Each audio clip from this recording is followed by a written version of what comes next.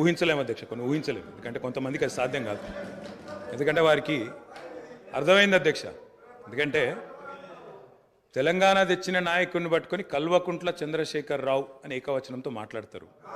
తెలంగాణను వ్యతిరేకించిన వాళ్ళనేమో గారు గారు అని మాట్లాడినప్పుడే అర్థమైంది అధ్యక్ష వారి సంస్కారం ఏందో, వారి పరిజ్ఞానం ఏందో అర్థమైంది అధ్యక్ష. అచ్చోసిన ఆంబోతు, ఇది ఒక ముఖ్యమంత్రి మాట్లాడిన మాట. అచ్చోసిన ఆంబోతు అధ్యక్ష. ఎవరు అధ్యక్ష అచ్చోసిన ఆంబోతు? చీమలు పెట్టిన పుట్టలో దూరిన పాము అధ్యక్ష. కాంగ్రెస్ అనే పార్టీలో పాపం మా బట్టన్న, మా శ్రీధర్ అన్న, మా దామోదర్ అన్న, మా ప్రభాకర్ అన్న, అదేవిధంగా మా ఉత్తమన్న, మా కోమటిరెడ్డి వెంకటరెడ్డి అన్న, మా దామోదర్ అన్న, వీళ్ళందరూ కలిసి పెట్టిన పార్టీలో ఇవాళ దూరి ముఖ్యమంత్రి పదవి తీసుకుని ఆయన చీమలు పెట్టిన పుట్టలో పాముల గురించి మాట్లాడితే చాలా చండాలంగా ఉంటుంది సార్. దయచేసి ఇంకొక మాట అధ్యక్ష. అధ్యక్ష ఎన్ఆర్ఐలు నాన్ రిలయబుల్ అన్నారు అధ్యక్ష. ఎన్ఆర్ఐలు నాన్ రిలయబుల్ ఇండియన్స్ అన్నారు. నాన్ రిలయబుల్ ఇండియన్ అంటే అధ్యక్ష నేను అడుగుతున్నా, ఎవరు అధ్యక్ష ఎన్ఆర్ఐలకు టికెట్లు అమ్ముకున్నది? ఎవరు అధ్యక్ష ఎన్ఆర్ఐలకు టికెట్లు అమ్ముకున్నది? ఎవరికి తెలియదు అధ్యక్ష ఇది? అధ్యక్ష నేను ఇంకొక మాట కూడా అధ్యక్ష పేర్లు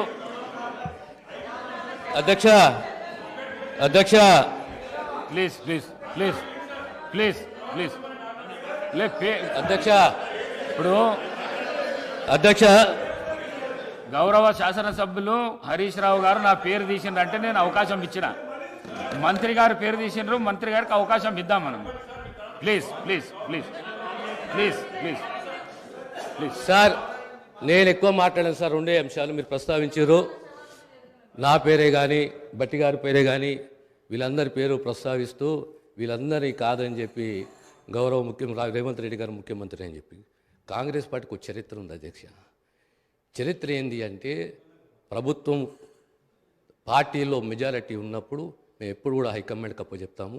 హైకమాండ్ ఒక నిర్ణయం తీసుకుంటే ఆ నిర్ణయానికి మేము శిరసా వహిస్తాము, అది మేము పాటిస్తాము అధ్యక్ష. ధన్యవాదాలు. గౌరవ కేటీఆర్ గారు. మేం చెప్పింది అదే అధ్యక్ష, మేం చెప్పింది అదే. తెలంగాణ ప్రజలు ఎన్నుకున్న ముఖ్యమంత్రి కాదు, ఢిల్లీ నామినేట్ చేసిన ముఖ్యమంత్రి అనే చెప్తున్నాను. నేను కూడా కదే చెప్పిన. నేను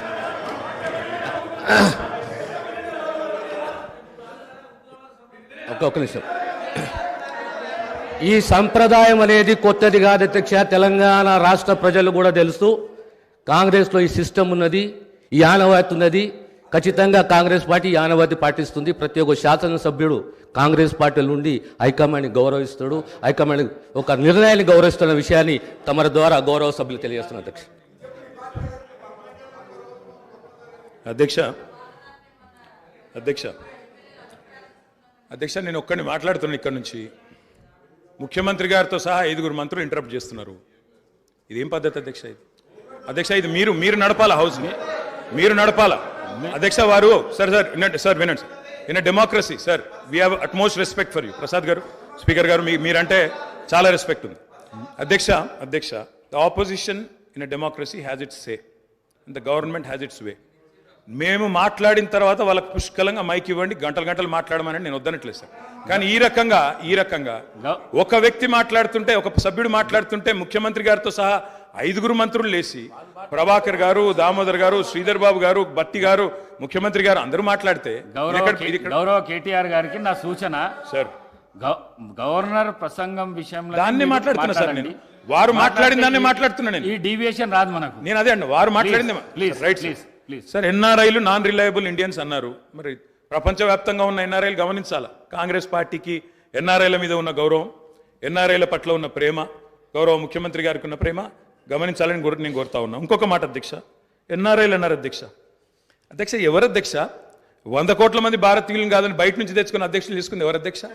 బయట దేశం వాళ్ళని తెచ్చుకున్న అధ్యక్షులు చేసుకున్న దుస్థితిలో ఉన్న కాంగ్రెస్ పార్టీ ఎన్ఆర్ఐల గురించి మాట్లాడితే ఎట్లా అధ్యక్ష? అధ్యక్ష ఏదేమైనప్పటికీ అధ్యక్ష ఒక్కటి వాస్తవం, గత 10 పాలమూరులో వలసలు బంద్ అయినాయి, వాళ్ళ పోతలు బంద్ అయినాయి. 14 రాష్ట్రాల నుంచి కూలీలు వచ్చి వాళ్ళ తెలంగాణలో నాట్లేస్తున్న విషయం వాస్తవం కాదా? 14 రాష్ట్రాల కూలీలు. అధ్యక్ష మీరు నల్లగొండలో ఫ్లోరైడ్ బండ నల్లగొండ గుండె మీద పెట్టిపోతే ఆ ఫ్లోరైడ్ బండను దించింది కేసీఆర్ కాదా? ఆ విషం నీళ్ల పీడ విరగడ చేసింది కేసీఆర్ కాదా? తెలంగాణను ఫ్లోరోసిస్ రహిత రాష్ట్రంగా పార్లమెంటులో ప్రకటించింది కేంద్ర ప్రభుత్వం కాదా? ఇది అబద్ధం అంటారా? సడుగులు విరిగిన సాలెల మగ్గానికి